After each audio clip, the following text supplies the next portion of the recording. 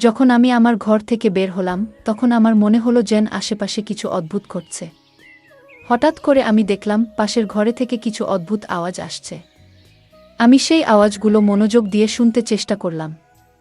এরপর আমি আস্তে করে দরজার কাছে গিয়ে দাঁড়ালাম এবং কান পেতে শুনতে লাগলাম। হঠাৎ আমি মায়ের গলার শব্দ শুনতে পেলাম। আমার মনে হলো এখানে কিছু একটা ঠিক নেই।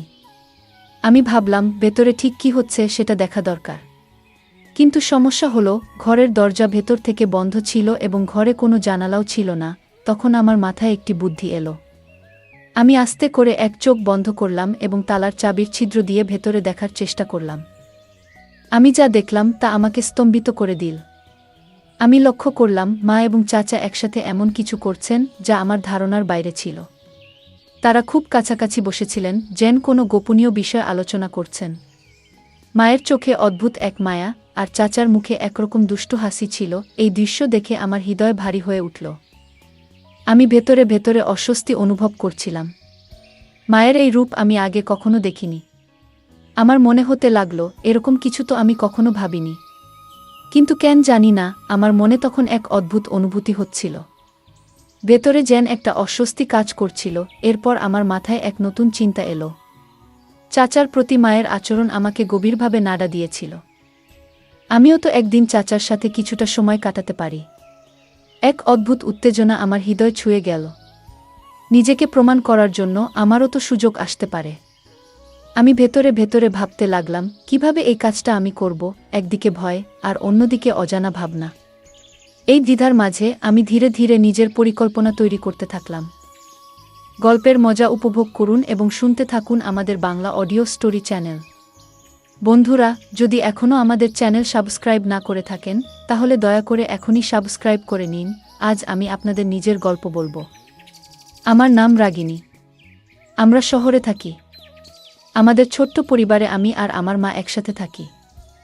তবে 2 বছর আগেও আমাদের পরিবারের অংশ ছিলেন আমার বাবা।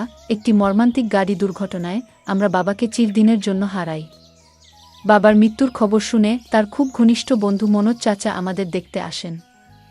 কিছুদিন আমাদের সঙ্গে থেকেও যান। তবে জরুরি কাজের কারণে তাকে ফিরে যেতে হয়। যাওয়ার আগে তিনি আমাদের প্রতিশ্রুতি দিয়েছিলেন যে তিনি সবসময় আমাদের পাশে থাকবেন। আমার বাবার মৃত্যুর পর মনোজ চাচাই ছিলেন একমাত্র ব্যক্তি যিনি আমাদের পরিবারের সঙ্গে গভীরভাবে জড়িয়েছিলেন। ছোটবেলা থেকেই তিনি আমাদের বাড়িতে আসতেন। বাবা মায়ের খুব কাছের বন্ধু ছিলেন। তার সঙ্গে আমাদের সম্পর্ক এতটাই গভীর ছিল যে তিনি শুধুমাত্র বাবার বন্ধু নন, আমাদের পরিবারের একজন সদস্য বলেই মনে হতো। আমি যখন ছোট ছিলাম তখন মনোজ চাচা প্রায়ই আমাদের বাড়িতে আসতেন এবং আমার জন্য চকলেট নিয়ে আসতেন। আমি খুশিতে তার গলায় ঝাঁপিয়ে পড়তাম এবং তার সঙ্গে খেলায় মেতে উঠতাম। তবে এখন আমি 19 বছর বয়সী, বড় হয়ে গেছি। আর সেই শৈশবের খেলা কৌতুক ধীরে ধীরে কমে গেছে। তবুও আজও যখন চাচার সঙ্গে দেখা হয় আমি তাকে আলিঙ্গন করি। বাবার মৃত্যুর পর থেকে মা খুবই একা হয়ে গেছেন। আমি জানি না তিনি আবার আগের মতো সুখী হতে পারবেন কিনা। তবে যখনই চাচা আমাদের বাড়িতে আসেন মায়ের মুখে এক আনন্দ ফুটে ওঠে। এটা দেখে আমার মনে হয় আমি মায়ের দুঃখ কখনো মেনে নিতে পারব না। আমি সিদ্ধান্ত নিয়েছিলাম মাকে আর কখনো একা বা দুঃখী হতে দেব না। আমার মা এখন 40 বছর বয়সী, কিন্তু তাকে দেখলে 25 বছরের কোনো তরুণীর মতোই লাগে। যখনই আমরা মা মেয়ে একসঙ্গে বাজারে যাই সবাই এমনভাবে তাকায় যেন আমরা 2 বোন। মায়ের সৌন্দর্য আর স্মার্টনেস দেখে অনেকেই অবাক হয়ে যায়। একদিন আমি ভাবছিলাম মায়ের একাকিত্ব দূর করার জন্য এমন কাউকে দরকার যার সঙ্গে মা তার মনের সব কথা বলতে পারবেন। কিন্তু এমন মানুষ কে হতে পারে? আমি অনেক ভেবেও কিছু বুঝে উঠতে পারছিলাম না। ঠিক তখনই আমার মনে হলো কেন না মনোজ চাচার সঙ্গে কথা বলা যায়। আমি কোনো দ্বিধা না করে তাকে ফোন করলাম। প্রথমবার চাচা ফোন ধরেননি, হয়তো কাজের মধ্যে ব্যস্ত ছিলেন। কিন্তু আমি জানতাম তিনি আমাদের সবসময় গুরুত্ব দেন এবং মায়ের সুখের জন্য কিছু করতে পারবেন। আমার ফোন বেজে উঠল। আমি স্ক্রিনে দেখলাম মনোজ চাচার নাম ভেসে উঠছে। আমি খুব খুশি হলাম এবং দ্রুত কল রিসিভ করলাম। কল ধরতেই চাচা বললেন, সরি বেটা, একটু আগে একটা মিটিংয়ে ব্যস্ত ছিলাম তাই তোমার কল রিসিভ করতে পারিনি। আমি হাসতে হাসতে বললাম, কোনো সমস্যা নেই চাচা, আপনি ফোন করেছেন এতটুকুই যথেষ্ট। চাচা মৃদু হাসি দিয়ে বললেন, আর তোমার সঙ্গে কথা বলবো না তো কাকে বলবো? এই পৃথিবীতে তুমিই তো আমার আপন। বন্ধুরা, আপনাদের জানিয়ে রাখি, মনোজ চাচা এখনও বিয়ে করেননি এবং একাই থাকেন।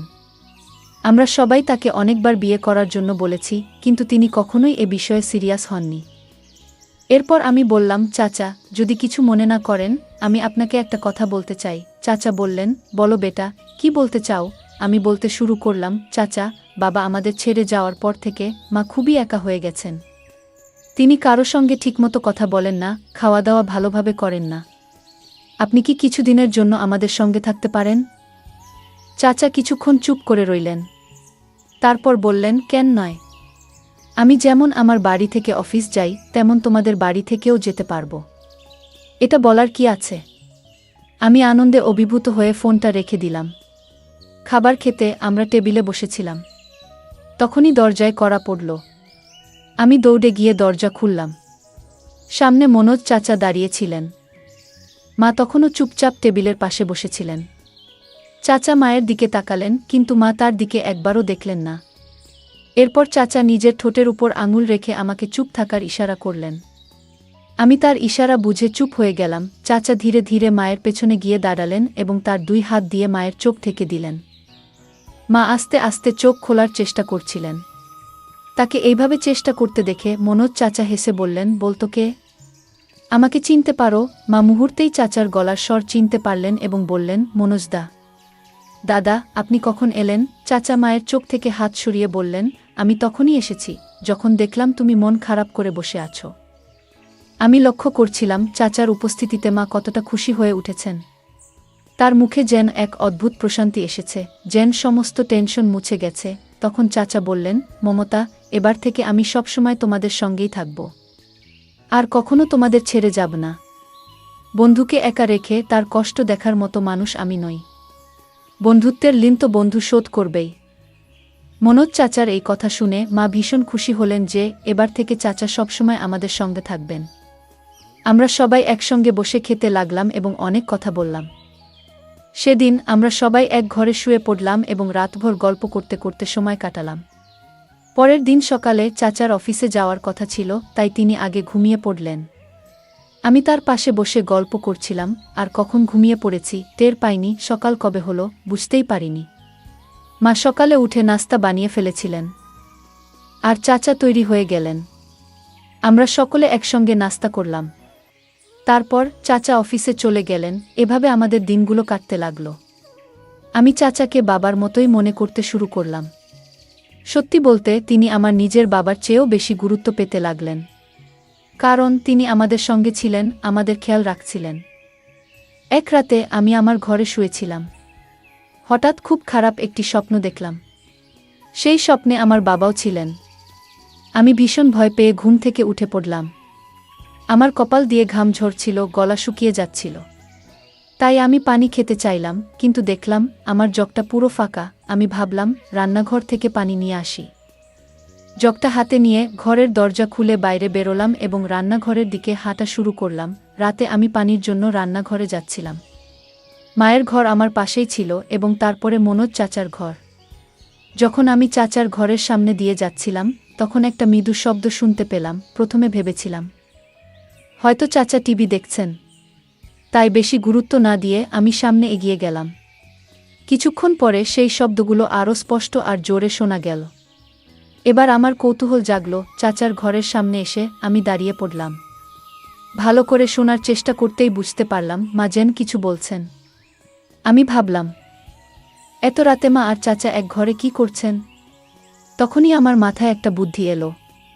আমি দরজার তালার ছিদ্র দিয়ে ঘরের ভেতরটা দেখার চেষ্টা করলাম। এক চোখ বন্ধ করে তালার ফাঁক দিয়ে যখন ভেতরটা দেখলাম, তখন আমি অবাক হয়ে গেলাম। আমি ভেতরে যা দেখলাম তা আমাকে বিস্মিত করে দিল। মনে হচ্ছিল এমন কিছু আমি কখনো কল্পনাও করিনি, যা আমার নিজের জন্যই অস্বস্তিকর ছিল।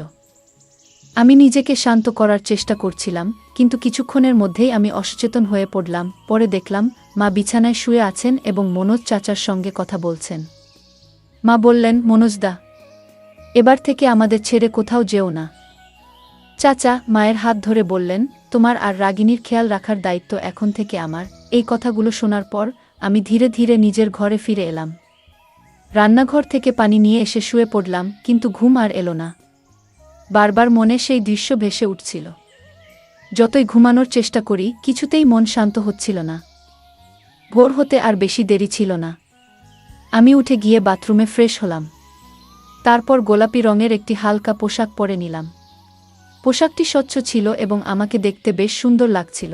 আমি যখন বাইরে এলাম দেখলাম মনোজ চাচা সোফায় বসে নাস্তা করছেন। ভেজা চুলে তোয়ালে পেঁচিয়ে আমি তার সামনে গিয়ে দাঁড়ালাম এবং মুখে বললাম, চাচা কেমন লাগছে আমাকে? মনোজ চাচা মুচকি হেসে বললেন, বাহ রাগিনী, আজ তো তোমাকে একেবারে অপূর্ব দেখাচ্ছে। আমি যখন মনোজ চাচার কথা শুনলাম তোমাকে আজ খুব সুন্দর লাগছে, তখন আমি খুব আনন্দিত হলাম। চাচার পাশে গিয়ে চুপচাপ বসে রইলাম। কিছুক্ষণ পরে চাচা অফিসের জন্য তৈরি হতে লাগলেন। আমি হঠাৎ উঠে গিয়ে চাচাকে আলিঙ্গন করলাম। মনে হলো যেন বহুদিনের জমে থাকা আবেগ আমার ভেতর থেকে বেরিয়ে আসছে। চাচার শরীরটা মুহূর্তের জন্য কেঁপে উঠল, আর তার মুখে এক অদ্ভুত অস্বস্তির ছাপ ফুটে উঠল। সেই ছাপটা যেন মনের গভীরে লুকানো কোনো দুঃখ কিংবা অপরাধবোধের প্রকাশ। আমার চোখ ভিজে উঠছিল, যেন আমার ভালোবাসা আর মনের কষ্ট তাকে জানিয়ে দিতে চাইছিলাম। কিন্তু এটা তো কেবল গল্পের শুরু। বন্ধুরা, যদি এই গল্পটি ভালো লেগে থাকে তাহলে দয়া করে ভিডিওটি লাইক করুন এবং আমাদের চ্যানেলটি সাবস্ক্রাইব করুন। পাশে থাকা বেল আইকনটি প্রেস করুন যাতে করে আমরা যখনই নতুন ভিডিও আপলোড করি তার নোটিফিকেশন সবার আগে আপনার কাছে পৌঁছে যায়। ধন্যবাদ। দেখা হবে আমাদের পরবর্তী ভিডিওতে।